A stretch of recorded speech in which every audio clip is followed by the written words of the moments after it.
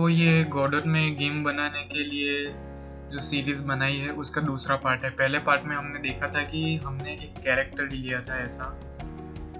सबसे पहले हमने एक प्लेयर 2D प्लेयर नोड लिया था।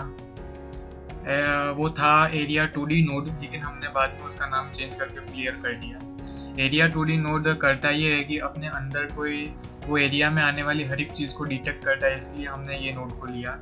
एंड एरिया 2D नोड के अंदर हम जो नोड रखते हैं वो उस आकार में ढल जाता है। मतलब हमने ये एनिमेटेड स्प्राइट एक चाइल्ड नोड लिया एरिया प्लेयर नोड का।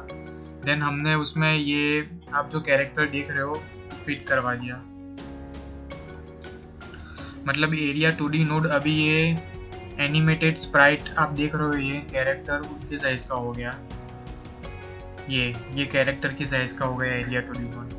एंड हमने बाद में एनिमेटेड स्प्राइट को एक कॉल्यूजन शेप दिया ताकि वो टकराव को महसूस कर सके। तो ये कॉल्यूजन शेप नोड ऐड किया प्लेयर के चाइल्ड नोड, और ये हमने ऐड किया था कॉल्यूजन शेप। अब कुछ चीज़ें ऐसी है जो बिल्ट इन नहीं होती गॉडोट में, जो हमें कुछ खुद करनी पड़ती है, जैसे कि स्क्रिप्ट लिख के।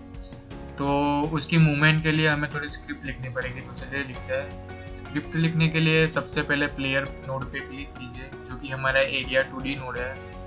प्लेयर नोड पे क्लिक करने के बाद प्लस बटन पे क्लिक कीजिए। जैसे आप उस बटन पे क्लिक करोगे तो ये कुछ डायलॉग बॉक्स आएगा। उसको आपको कुछ छेड़ना नहीं है, वैसे का वैसा ही रखना है। ये बस आपसे पूछेगा, सिलेक्ट करना को बोल रहा है कि लैंग्वेज कौन सी है, तो हमें जीडी स्क्रिप्ट यूज़ करनी है। एंड एरिया 2D नोड को इनहेरिट कर रहा है और लोड पे दबा कर क्लिक करना है। तो आप क्लिक जैसे ही लोड पे क्लिक करोगे तो आपको यहाँ सब पहले कुछ लिखा हुआ आएगा कमेंट्स में, तो आपको वो सब डिलीट कर देना है और मैं जो लिखा रहा हूँ वो लिखना है। तो सबसे पहले हमें एक्सटेंड एरिया 2D करना है, क्योंकि हम एरिया 2D नोड के साथ काम करने वाले हैं। तो हमें उसकी फंक्शनलिटी और प्रॉपर्टी को यूज़ करने के लिए उसको इस स्क्रिप्ट में यूज़ करना होगा, और उसको यूज़ करने के लिए हमें एक्सटेंड एरिया 2D लिखना पड़ेगा। तो सबसे पहले कुछ वेरिएबल्स बना लेते हैं जो कि हमें काम आएंगे मूवमेंट में और वो सब करने में। स्पीड, तो एक वेरिएबल है स्पीड करके, स्पीड तो कैपिटल में कर देता हूँ मैं। तो ये जो स्पीड है ये हमारी कैरेक्टर की, जो हमने लिया है कैरेक्टर, उसकी स्पीड को डिसाइड करेगा। अगर आप चाहो कि ये स्पीड आपको यहाँ इंस्पेक्टर में कहीं पे दिखाई दे तो आप उसको एक्सपोर्ट भी कर सकते हो, और इसके लिए आपको लिखना पड़ेगा एक्सपोर्ट, और यहाँ पे आपको वैल्यू देनी पड़ेगी कौन सी टाइप का है। तो इंट टाइप का ऑफकोर्स, क्योंकि हम नंबर पास कर, स्पीड तो नंबर में ही होगी। है ना, आपको एक बार कंट्रोल एस करके सेव बटन दबा देना है।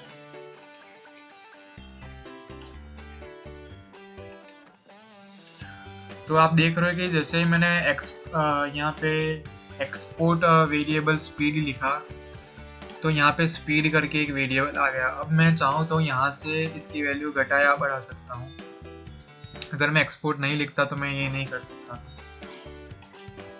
अब दूसरा वेरिएबल बनाते हैं वेलोसिटी करके।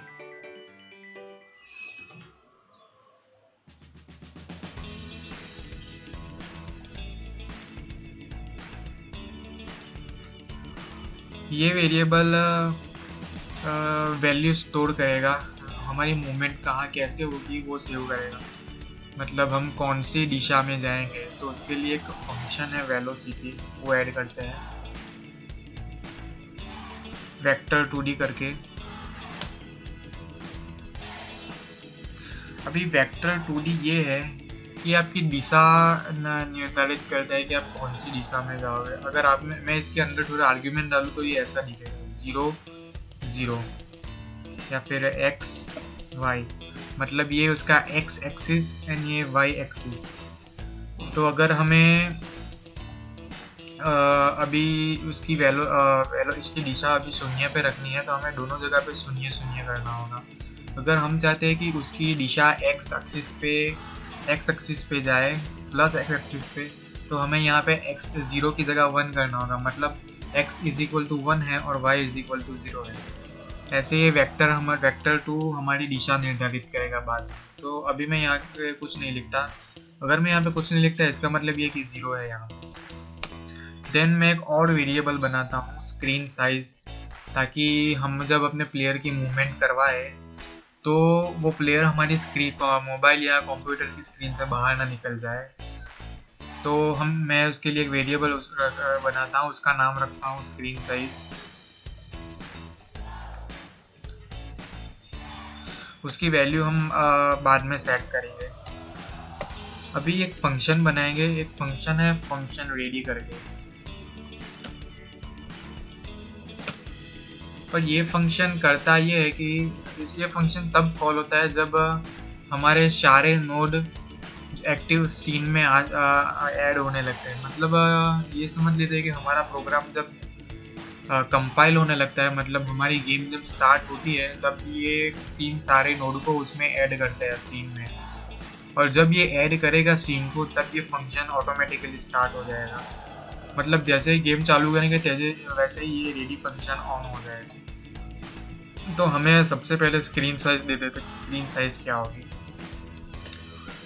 तो screen size is equal to get viewport react dot size। अभी ये पूरा ये जो है ये मैंने लिखा है get viewport react dot size। ये हमारे कंप्यूटर या मोबाइल की जो स्क्रीन की लेंथ है और विड्थ है वो इस वेरिएबल में पास करेगा, उसकी वैल्यू इस वेरिएबल में पास करेगा। तो ऐसे हम अपने स्क्रीन साइज को निर्धारित कर रहे हैं कि वो क्या होगी। अभी दूसरा फंक्शन बनाते हैं जो कि है प्रोसेस डेल्टा फंक्शन। ये बहुत ही इंपॉर्टेंट फंक्शन है, गोडोट में हर जगह पे इसका यूज होता रहता है, कॉमन फंक्शन है वेरी। जैसे मैंने पी लिखा तो आ गया फिजिक्स प्रोसेस डेल्टा और प्रोसेस डेल्टा। आपको यहाँ पे दोनों वैसे तो थोड़े बहुत सेम ही है, लेकिन आपको यहाँ पे प्रोसेस डेल्टा फंक्शन को यूज करना है। Then enter. और ये प्रोसेस डेल्टा फंक्शन करता ये है कि ये 1 सेकंड में 60 टाइम्स चलेगा। मतलब 1 सेकंड में आप इसके अंदर आपको जितना भी कोड होगा वो 1 सेकंड में 60 बार चलेगा। तो हमें उसके लिए पहले मूवमेंट और वो सब करवानी होगी कैरेक्टर को, तो उसका कोड हमें ये फंक्शन में लिखते हैं। तो सबसे पहले वेलोसिटी, उसकी दिशा को उसकी दिशा 0 0 कर देते हैं। तो velocity is equal to vector 2 हो गया। मतलब अभी ये जीरो पोजीशन पे है, हमने उसकी वेलोसिटी 0 0 कर दी है। और अब हमें कैरेक्टर की मूवमेंट करनी है कि जैसे कि मैं कंप्यूटर की कीबोर्ड की राइट एरो की दबाऊंगा तो राइट साइड पे जाना चाहिए, और लेफ्ट एरो की दबाऊंगा तो प्लेयर लेफ्ट साइड जाना चाहिए। तो उसके लिए हमें एक कंडीशन लिखनी पड़ेगी, if input dot is action press. मगर तो ये है इफ इनपुट एंड एक्शन अभी प्रेस्ड हुआ है तो क्या करना है, तो हमको लेफ्ट में जाना है, ऐसा लिख देते हैं। और बाद में इफ के बाद आपको सेमीकोलन भी लिखना है, याद रखिएगा। तो ये फंक्शन ये करना चाहता है कि अगर इनपुट अभी जस्ट प्रेस्ड हुआ है मगर कोई की प्रेस हुई है और वो लेफ्ट की है, तो हमें क्या करना है, तो हमको अपनी वेलोसिटी अपनी लेफ्ट साइड करनी है, मतलब दाएं दिशा में करनी है। अभी मतलब हमको अपनी वेलोसिटी लेफ्ट साइड करनी है, अपनी दिशा। तो वेलोसिटी की वैल्यू चेंज करते हैं। Velocity is equal to velocity dot X equal to, क्योंकि लेफ्ट में तो प्लस एक्स होगा और राइट में माइनस एक्स होगा, is equal to plus is equal to 1। मतलब हम x की वेलोसिटी 1 से बढ़ा रहे हैं और ये 60 टाइम्स चलेगा पूरा फंक्शन। तो ऐसे ही अब जब मैं राइट की दबाऊंगा, डाउन की दबाऊंगा और अप की दबाऊंगा तो उसके हिसाब से मैं वेलोसिटी उसकी चेंज करूंगा। तो ये मैंने यहाँ पे सारा कोड लिख लिया है कि अप एरो की दबाओगे तो कौन सी दिशा होगी और राइट एरो की दबाओगे तो कौन सी दिशा होगी। वैसे हर बटन के लिए दिशा सेट कर दिया मैंने। अभी एक प्रॉब्लम ये है कि अगर हम दो की साथ में दबाएंगे तो वो बहुत तेजी से डायगोनली जाएगा, मतलब 45 डिग्री पे। तो उसको हमें नॉर्मलाइज करना पड़ेगा। तो एक कोड लिखते थोड़ा, if velocity dot length is greater than 0 तो हमें उसकी velocity is equal to velocity normalize कर देनी है। मतलब यहाँ पे लिखेंगे डॉट नॉर्मलाइज।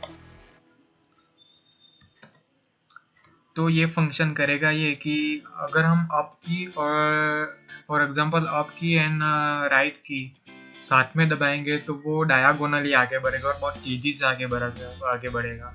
तो उसको हमें नॉर्मलाइज करना होगा अपनी।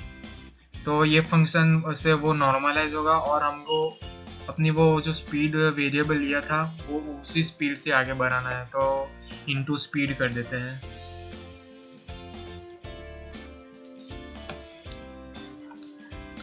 आप इसको फुल व्यू में भी कर सकते हो अपने एडिटर को। आपको बस यहाँ पे क्लिक करना है और ये फुल व्यू हो गया। मैं अभी आपको ऐसे ही करके दिखाऊंगा ताकि स्क्रीन पे अच्छी तरह से दिख सके। अभी नॉर्मलाइज भी कर लिया। अभी काम ये है कि हमें दिशा भी हमने सारी दिखा रही कि ये बटन दबाएंगे तो कौन सी दिशा में जाएगा।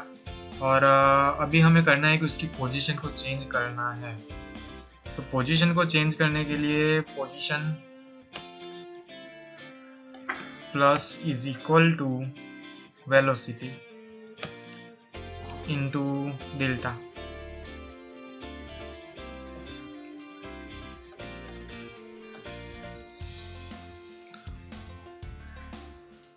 तो ये मैंने इसलिए लिखा क्योंकि हमको अपनी पोजीशन भी चेंज करवानी है। तो जैसे ही 1 सेकंड में ये फंक्शन 60 टाइम्स चलेगा। तो जैसे ही पहले फ्रेम के लिए चलेगा तो जैसे कि हमने लेफ्ट एरो की दबाई तो velocity dot X is equal to -1 हो गया। मतलब वेलोसिटी की वैल्यू -1 हो गई। तो वेलोसिटी की मैंने जैसे कि बताया था कि यहाँ पे होता है एक्स और वाई। तो अभी वेलोसिटी की वैल्यू तो -1 हो गई। तो इसीलिए अभी ये पोजीशन उसकी जो हमने दिशा दिखाई थी उसी की वैल्यू हम पोजीशन में डाल देंगे तो वो उस पोजीशन पे चला जाएगा। और कितनी स्पीड से डालेंगे, जो कितनी स्पीड से मतलब उस पोजीशन पे जाएगा तो वो डेल्टा स्पीड से, जो हमने यहाँ पे ली हुई है डेल्टा। तो ये मैंने एग्जांपल के लिए दिखाया था, उसको मिटा देता हूँ। और यहाँ पे रेड इसलिए दिखा रहा है कि मैंने यहाँ पे ये लिखना नहीं था। तो हम अभी एक बार अपना गेम थोड़ा कोड रन करके देखते हैं। तो हम ये प्लेयर सीन को रन करने के लिए आपको ये बटन पर क्लिक करना है, प्ले कस्टम सीन। तो अब मैं जैसे ही ये बटन पर क्लिक करूँगा तो ये वाला सीन स्टार्ट होगा। तो ये हमने अगर सबसे पहले सीन सेव नहीं किया होगा तो सेव करने के लिए पूछेंगे। तो आपको ये player.tsn सीन को रन करना है। तो उस पर डबल क्लिक कीजिए। तो जैसे आप डबल क्लिक करोगे तो ये हमारा पूरा गेम की स्क्रीन आ जाएगी जो कि हमने वर्टिकल ली थी।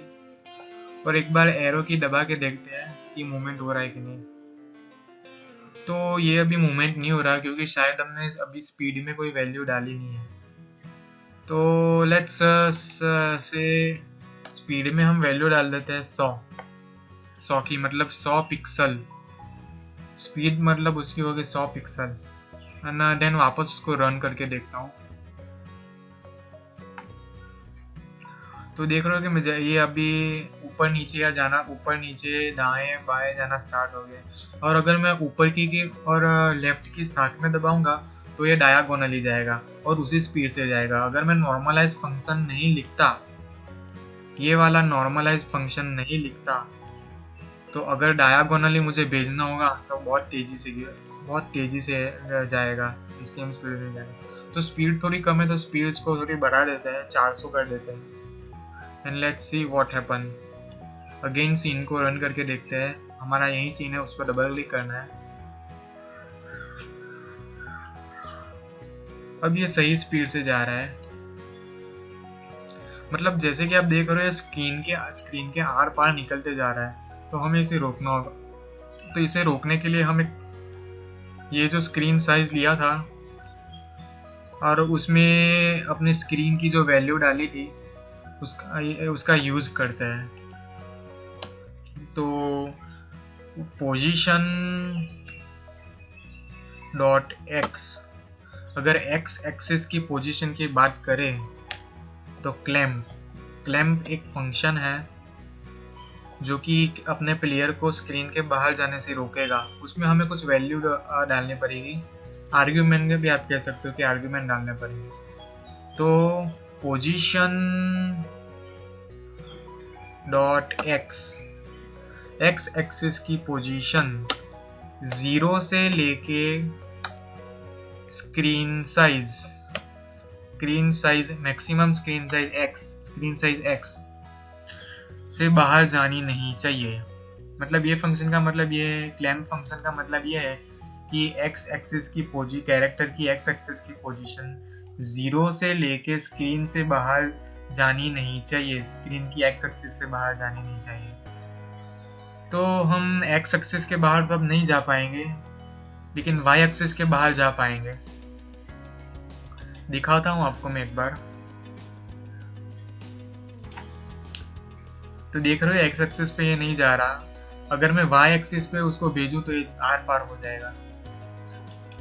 तो हमें सेम टू सेम जो अभी हमने किया वो वाई एक्सिस के लिए भी करना पड़ेगा। तो मैं थोड़ा कॉपी और यहाँ पे पेस्ट कर देता हूँ, एंड जहाँ पे एक्स है वहाँ पे वाई कर देता हूँ।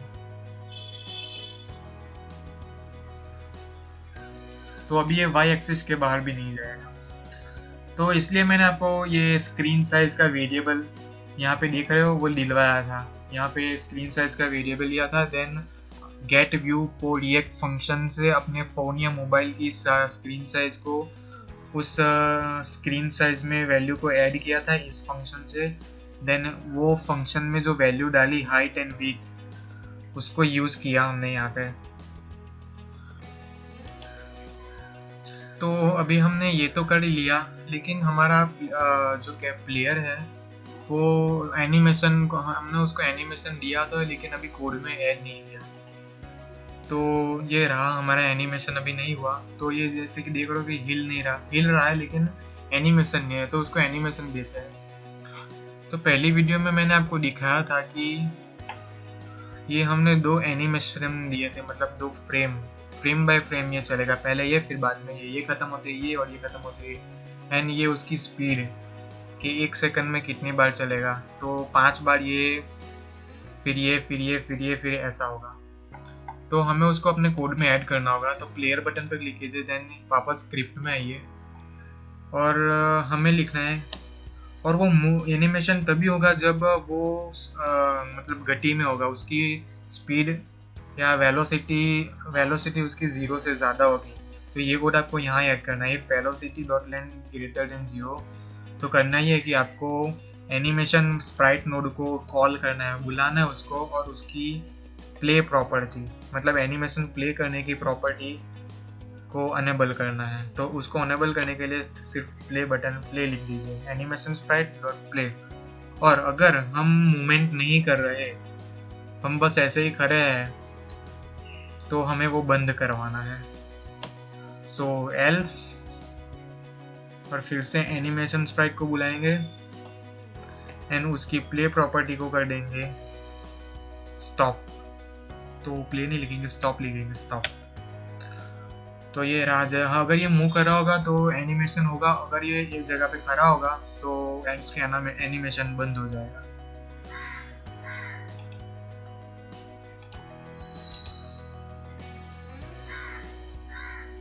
तो जैसे कि देख रहे हो कि ये मूवमेंट तो कर रहा है, लेकिन अभी ये वर्टिकली फ्लिप नहीं करा, मतलब उस एनिमेशन शो तो हो रहा है लेकिन मुड़ नहीं रहा। जैसे हम सीधे चल रहे हैं तो पीछे हमें कुछ देखना है तो हम पीछे मुड़ेंगे ना, लेकिन ये वैसे उसको दाएं बाजू जाना है लेकिन दाएं साइड मुड़ नहीं रहा। तो ऐसे हम उसको थोड़ा मुड़ने के लिए थोड़ा कोड लिखेंगे।